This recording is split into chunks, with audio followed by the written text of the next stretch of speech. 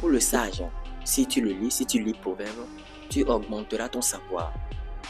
Pour l'intelligent, pour l'homme intelligent, tu acquériras de l'habileté. Pour l'homme simple, tu acquériras, c'est-à-dire tu acquériras bien, tu auras du discernement. D'aucuns pensent que la maturité est liée à l'âge. Dites-moi, et vous, qu'est-ce que vous en pensez? Je vais d'abord nettoyer le visage pour être encore plus frais. C'est vraiment très important. Dites-moi, et vous, qu'est-ce que vous en pensez? Ils pensent que c'est en grandissant, certaines personnes pensent que c'est en grandissant qu'on acquiert de la maturité. Et souvent, dans la plupart des cas, qu'est-ce qu'ils disent? Dans la plupart des cas, qu'est-ce qu'ils disent? Ils disent souvent, non, il faut lui laisser du temps. Laisse le temps qu'il grandisse un peu. Et lorsqu'il sera grand, il sera mûr. Moi, je pense tout à fait le contraire. Voilà. Je pense tout à fait le contraire de ce que je viens de dire. Selon moi, la maturité n'est pas liée à l'âge. Selon moi, la maturité n'est pas liée à l'âge. La maturité est liée surtout aux leçons que vous tirez de vos erreurs et de vos échecs dans votre vie, ou bien issus du parcours de votre vie. C'est-à-dire, pour être mature, pour qualifier d'une personne mature, cette personne mature a une expérience de vie, a traversé certaines épreuves, a traversé certaines choses, a commis certaines erreurs, a commis, voilà, a eu des échecs et des leçons, des bonnes leçons, bien, des leçons palpables de ces erreurs-là, synonyme d'expérience, synonyme de sagesse, synonyme d'expérience, dans un français un peu plus amélioré, on dira synonyme d'expérience qui se transforme maintenant en sagesse. C'est ça, selon moi, une personne mature, entre autres la définition d'une personne mature. Donc, dans cette vidéo, en fait, cette vidéo fera suite. Vous savez, cette vidéo fera suite à la vidéo que j'avais faite précédemment sur l'envie et la jalousie, car c'est vraiment très important. Mais juste avant de rentrer dans le vif du sujet, assurez-vous de faire le tour dans la description de mes vidéos. C'est vraiment très important, likez la vidéo. Pour ceux qui veulent ma formation de trading et ne savent pas où trouver cette formation, je vais tout simplement vous inviter à aller consulter ma chaîne YouTube, notamment dans les liens. Dans ma chaîne YouTube, vous trouverez un lien qui s'intitule Masterclass sur le trading. Voilà, cliquez sur ce lien et là vous pouvez avoir accès à cette formation. Vous décidez donc de m'écrire sur TikTok et on en discutera. Dans cette vidéo, nous allons parler de cette gangrène, désolé, de cette gangrène qu'est l'envie et la jalousie, bien sûr, de ces deux gangrènes qui se hisse facilement dans le cœur de l'être humain, de ces deux gangrènes qui désirent secrètement votre mort. Parce que les personnes teintées de jalousie et d'envie, leur plus profond désir, c'est votre mort. C'est de vous voir dans le sépulcre. C'est la vraie vérité. Je disais donc que dans la précédente vidéo, j'étais en train de dire dans la précédente vidéo, pour ceux qui avaient suivi cette vidéo bien sûr, je disais donc que, en fait, en réalité, le livre Les lois de la nature humaine a marqué un tournant décisif dans ma vie. Notamment, ce livre vous parle de l'essence de l'être humain.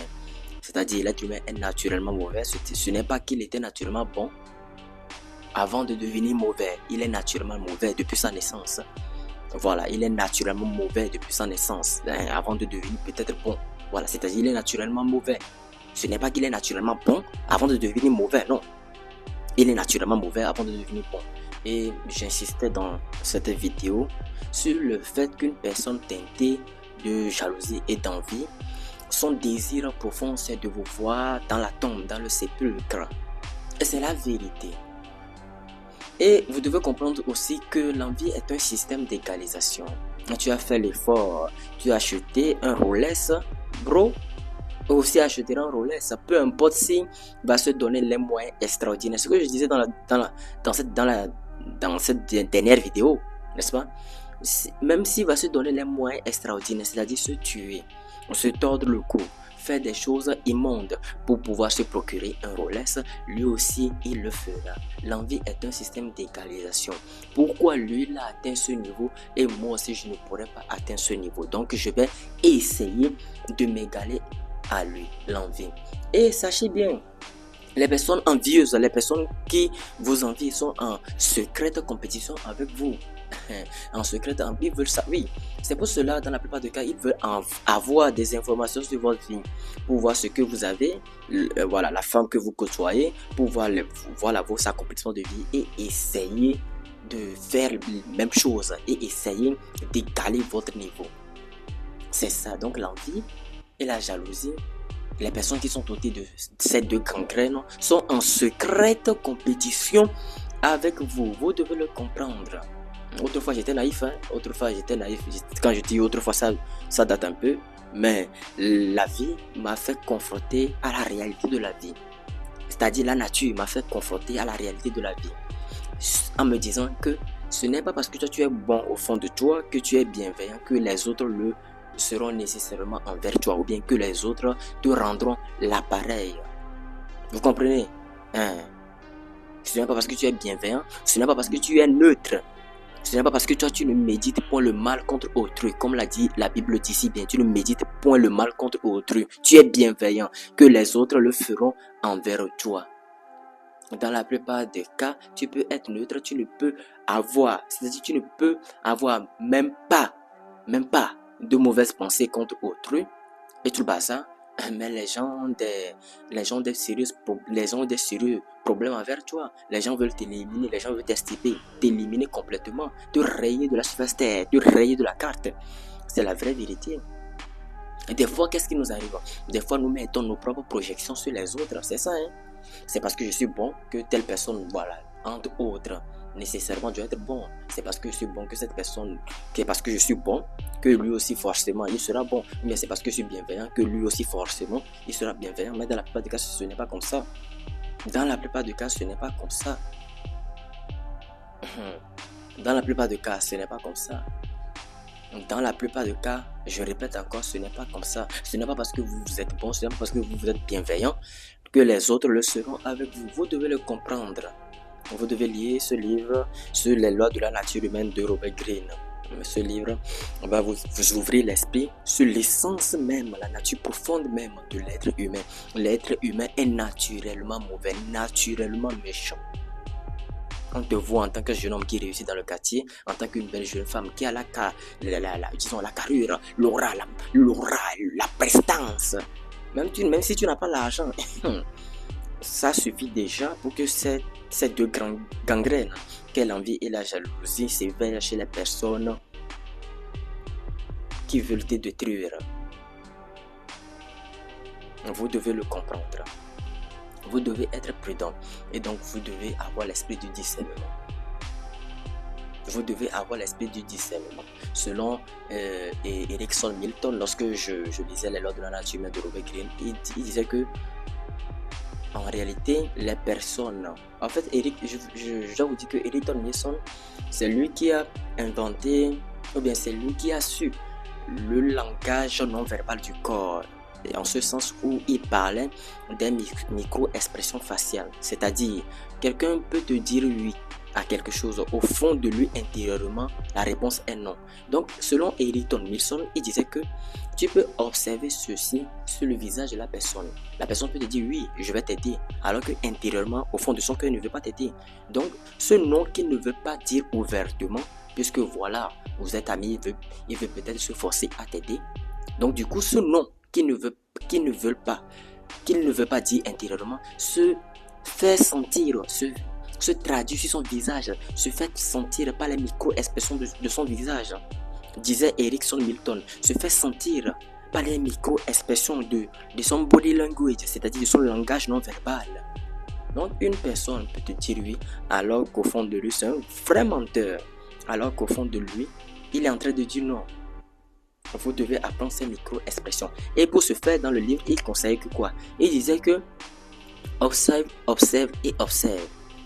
Il dit observe les gens lorsqu'ils parlent, l'intonation de leur voix, lorsqu'ils sont en train de dire un mot. Écoute, essaie de sentir l'intonation de leur voix. Essaie de sentir les micro-expressions qui sont sur leur visage. Essaie de lire leur énergie, essaie de lire le terrain, désolé. C'est ce qu'il disait dans le livre. Et cette partie de ce livre, Les lois de la nature humaine de Robert Greene, notamment l'histoire d'Erickson Milton, cette partie dans ce livre m'a vraiment plu et ça m'a donné beaucoup de notions. Ça m'a donné beaucoup de notions. Ça m'a donné quoi? Le discernement. Ça m'a donné une certaine faculté de pouvoir lire l'énergie des gens. Et je vous dis, il faut savoir lire l'énergie des gens. Il faut savoir discerner qui veut ton bien et qui ne veut pas ton bien. C'est vraiment très important. Dans cette vie, il faut savoir que les peu de personnes qui veulent ton bien sont très infimes. Sont très vraiment comme ça, sont très infimes. Beaucoup ou bien nombreux sont les personnes qui veulent ta destruction. Mais tout en affichant un visage souriant, tout en affichant un bon comportement, alors qu'au fond d'eux, ils sont regorgés d'une gangrène appelée l'envie. Ils sont regorgés d'une gangrène appelée la jalousie. Donc, vous devez posséder le discernement. Vous devez avoir cet esprit de savoir lire l'énergie des gens, de savoir lire le terrain. C'est vraiment très important. Vous possédez également le discernement. Vous devez parcourir les pages de qui? De Salomon, c'est-à-dire dans la Bible, les proverbes, voilà, de Salomon, fils de David. Je me souviens, il disait que si tu lis ce livre, c'est-à-dire si tu lis cette partie, proverbe, il disait que, en fait, pour le sage, si tu lis proverbe, tu augmenteras ton savoir. Pour l'intelligent, pour l'homme intelligent, tu acquériras de l'habileté. Pour l'homme simple, tu acquériras, c'est-à-dire tu acquériras, bien tu auras du discernement.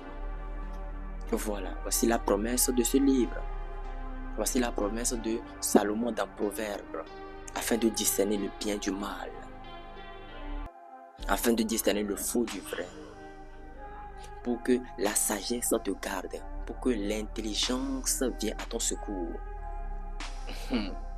C'est très profond ce que je dis. Soyez donc prudents. Soyez donc prudents. Soyez donc prudents. Faites attention à votre vie.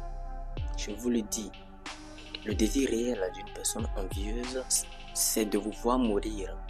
C'est pour ça, dans la plupart des cas, vous allez constater que si vous ne commencez pas à exceller, et souvent dans ces pays où on vous empoisonne là, vous allez constater que, et c'est souvent même c'est parmi les artistes et autres. Mais bon, peu importe, vous allez constater que vous allez constater que, ou bien vous écoutez que, vous remarquez que une personne commence à avoir du succès peut-être dans sa carrière et tout bazar, il commence pas à gravir un peu les échelons du succès, voilà. On cherche notamment à le nuire, on cherche notamment à mettre la petite poudre là dans son verre pour qu'il boive, on cherche et pour qu'il meure, c'est-à-dire on cherche notamment à l'empoisonner entre autres, voilà. Donc vous devez faire attention à votre vie. Faites attention à votre vie. Votre femme, elle est très jolie. Elle est très belle. Cachez-la. Ne la faites pas trop exposer. Sinon, ce n'est pas que elle. Ce n'est pas que c'est elle qui sera la cible dans l'histoire, mais c'est plutôt vous. C'est vous qu'on cherchera, toi l'homme. C'est toi qu'on cherchera à éliminer pour prendre ta femme. Et tenez-vous bien. Les personnes qui sont renfermées de cette gangrène qu'on appelle l'envie et la jalousie, même s'ils prennent ta femme, même s'ils prennent ta femme, tes biens, tes maisons, tes voitures, ils continuent toujours pas t'envier, pas te jalouser. Pourquoi? Parce que l'envie au fond de lui désire secrètement être comme toi. Ils peuvent te réduire à un état zéro, t'enlever tout, mais continue intérieurement au fond d'eux à te haïr, à te détester. Pourquoi? Parce qu'ils n'arrivent pas à mettre la main sur ce qui est au fond de toi. Ils n'arrivent pas à mettre la main sur ce qui est au fond de toi. Autrement dit, ils veulent être comme toi. Et le fait de vouloir être comme toi suscite de l'admiration, n'est-ce pas? Oui, ça suscite de l'admiration. Mais le fait qu'ils ne peuvent pas être comme toi, ça suscite également de l'envie, ça suscite également de la méchanceté dans leur cœur. Donc la vie est une double émotion. D'une part, c'est de l'admiration pour cette personne et d'autre part, le fait de ne pas avoir les qualités de cette personne, le fait de ne pas posséder les qualités et les compétences de cette personne pousse la personne maintenant à vouloir te nuire, à vouloir te réduire à son niveau, à vouloir te minimiser. C'est une émotion complexe, voilà. C'est très complexe, mais vous devez le comprendre. Là, dans cette vidéo, je fais du mieux que possible de quand même vous expliquer ça. Donc, faites réellement attention à votre vie.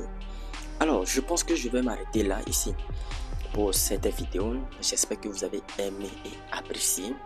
Nous allons nous retrouver une nouvelle fois et une prochaine fois dans une nouvelle vidéo. D'ici là, portez-vous bien.